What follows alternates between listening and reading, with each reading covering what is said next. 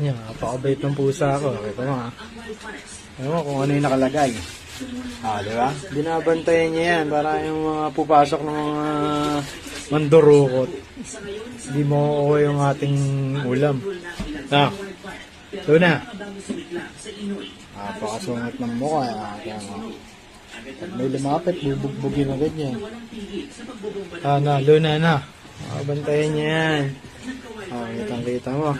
Binabantayan niya. Ulang, hindi pinapakialaman.